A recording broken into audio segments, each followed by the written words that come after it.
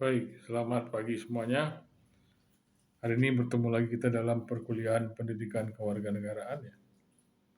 Hari ini adalah pertemuan ke-10. Nah, yang kita bahas pada hari ini adalah tentang praktik demokrasi dan pendidikan politik. Nah, bagaimana kabarnya? Saya harapkan semua tetap dalam keadaan sehat walafiat ya. Tetap taat pada protokol kesehatan walaupun COVID sudah menjadi endemi. Karena sekali lagi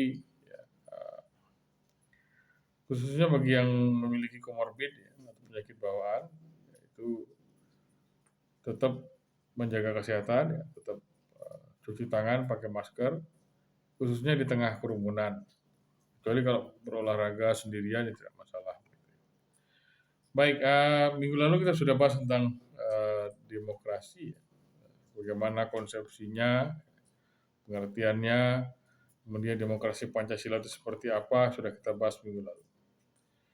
Nah, pada minggu ini kita akan lebih berbicara tentang bagaimana praktik demokrasi dan juga bagaimana urgensi dari pendidikan politik atau bagaimana metode pendidikan politik demokrasi itu seperti apa.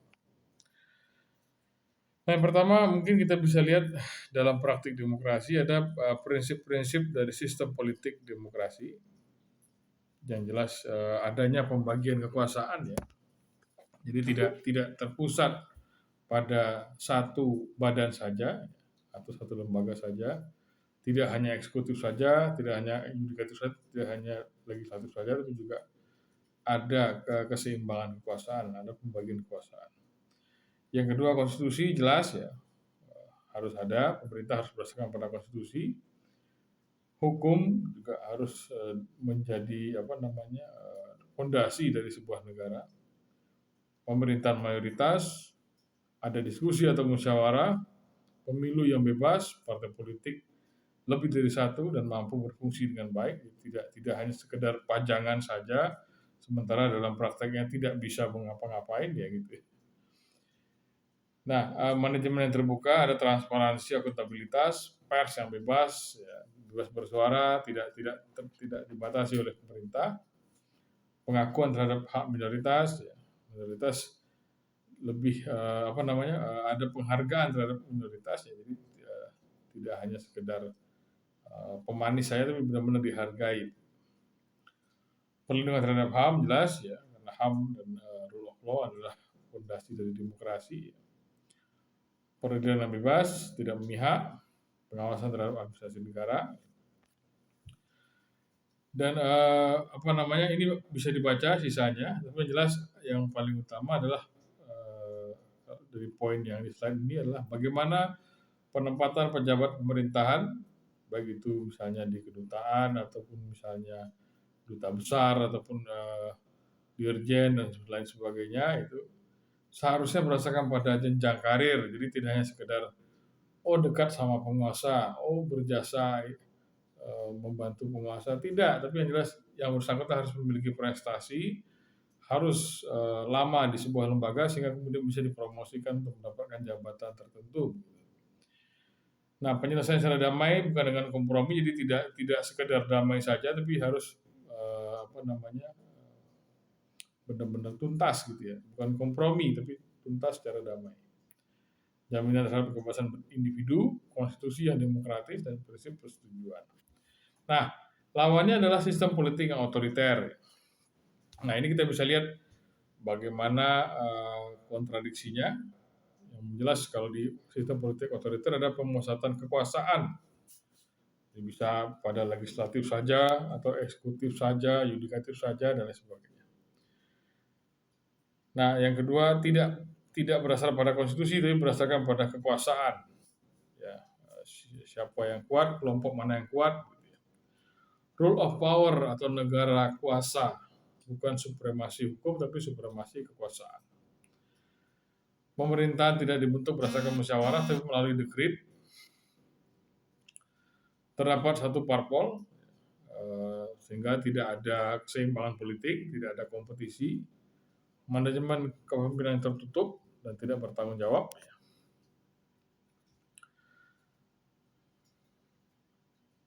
Tidak mengakui hak minoritas. Ya. tidak ada kebebasan berpendapat, berbicara, dan kebebasan pers, tidak ada perlindungan terhadap HAM. Yang jelas pelanggaran HAM terjadi seperti di zaman Orde Baru ya, banyak sekali kasus pelanggaran HAM. Peradilan yang tidak bebas, ada intervensi oleh penguasa, jika sekiranya merugikan penguasa maka akan diintervensi. Tidak ada kontrol atau pengendalian terhadap administrasi.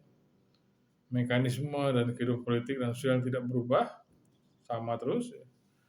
Perpecahan dengan cara kekerasan diselesaikan, tidak ada jaminan terhadap kebebasan individu, semua takut berbicara, tidak ada jaminan untuk bebas beragama, dogmatisme dan banyak doktrin. Itulah ciri-ciri sistem politik otoriter yang berkebalikan dengan sistem politik demokratis.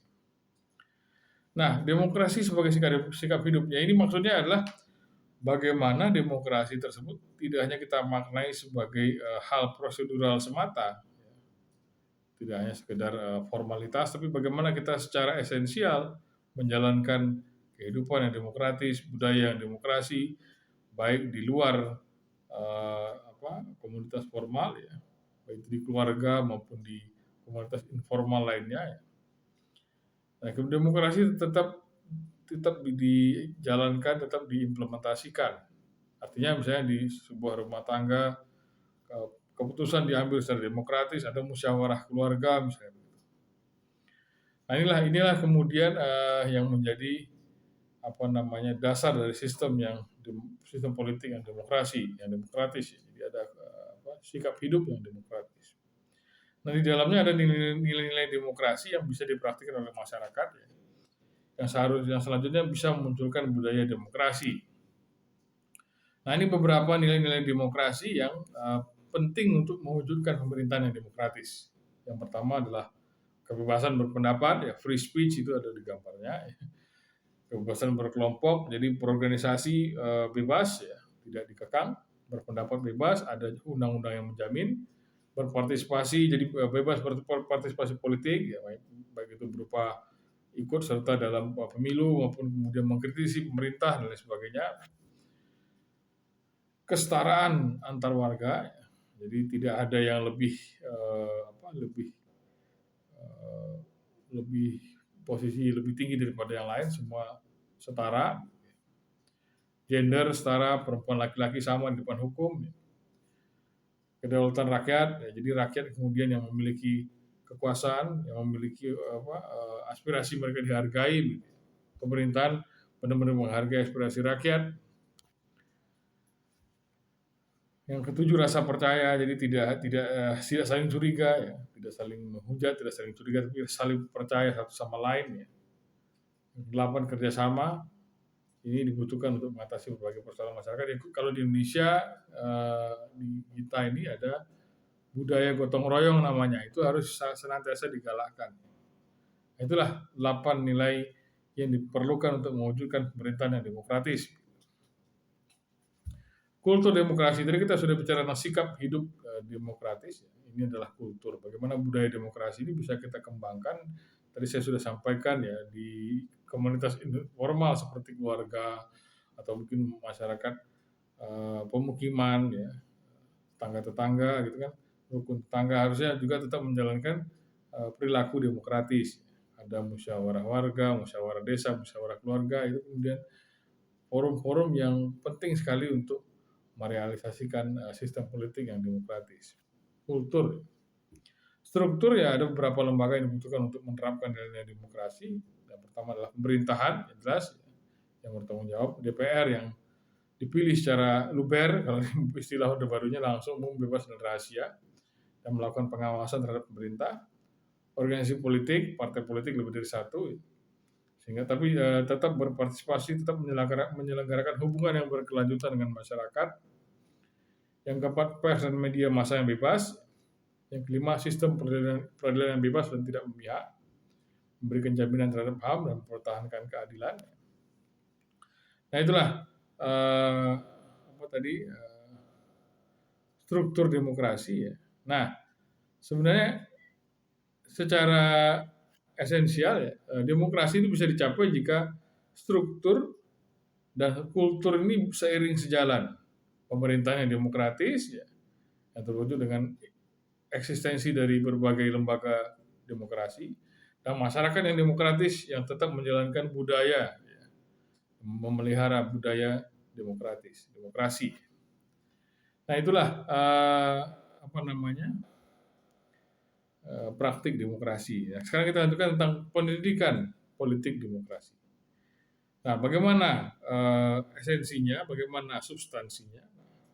Pada dasarnya, pendidikan demokrasi itu adalah sosialisasi nilai-nilai demokrasi supaya bisa diterima dan diterapkan oleh warga negara. Tujuannya supaya warga negara ini, warga masyarakat dalam negara yang demokratis bisa berperilaku dan bertindak demokratis. Dan kemudian generasi muda juga bisa paham, kemudian bisa menjalankannya. Nah, ada 3 hal yang pengetahuan dan kesadaran tentang nilai demokrasi itu mencakup 3 hal. Yang pertama adalah demokrasi sebagai kesadaran bahwa demokrasi adalah pola hidup. Bagaimana demokrasi merupakan kebiasaan, pola hidup. Yang kedua, kesadaran bahwa demokrasi merupakan sebuah proses pembelajaran yang tidak sekedar meniru saja, tapi merupakan proses pembelajaran ya, yang kemudian mencakup juga proses internalisasi. Yang ketiga, kelangsungan demokrasi ditentukan oleh keberhasilan mewujudkan berbagai nilai demokrasi dalam masyarakat. Nah, itulah tiga hal ya yang termasuk atau tercakup dalam pengetahuan dan kesadaran tentang nilai demokrasi. Ya, agak berputar ya. Ya, sosialisasi nilai demokrasi bisa diterapkan bisa disampaikan dengan pendidikan demokrasi. Nah, bisa juga dengan cara sosialisasi politik, tapi tidak identik, pendidikan demokrasi tidak identik dengan sosialisasi politik. Karena sosialisasi politik ini lebih luas, pendidikan demokrasi ini lebih sempit. Dan ini bukan indoktrinasi ya, bukan menanamkan doktrin pada warga, tapi merupakan pembudayaan, persuasi, ya, pembangunan kesadaran dengan cara demokratis, cara dialog ya, bukan monolog, tapi cara dialog, bukan searah tapi dua arah. Tidak ada pemaksaan, tapi benar-benar masyarakat paham kemudian menjalankannya. Nah, sebenarnya untuk masalah pendidikan politik demokrasi ini adalah salah satu alatnya adalah pendidikan kewarganegaraan. Itu disampaikan pada hasil konferensi internasional Commission of Jurists atau organisasi ahli hukum internasional di Bangkok tahun 1965 menyatakan bahwa syarat dasar untuk menyelenggarakan pemerintahan yang demokratis di bawah rule of law adalah pertama perlindungan konstitusional. Jadi konstitusi benar-benar melindungi hak individu, hak warga negara. Yang kedua, badan kehakiman yang bebas dan tidak memihak, peradilan yang bebas dan tidak memihak, ya. Pemilu yang bebas. Yang ketiga, kebebasan berpendapat. Yang kelima, kebebasan untuk berorganisasi. Yang keenam adalah pendidikan kewarganegaraan yang tengah kita jalankan sekarang. Baik, itulah praktik demokrasi dan pendidikan politik demokrasi. Jika ada pertanyaan bisa disampaikan melalui komen di bawah video, atau juga bisa melalui WhatsApp ke saya, atau juga ketika nanti kita ada tatap muka online bisa disampaikan juga. Baik, terima kasih atas perhatiannya, kurang lebihnya mohon maaf, sampai bertemu di pertemuan berikutnya. Selamat pagi.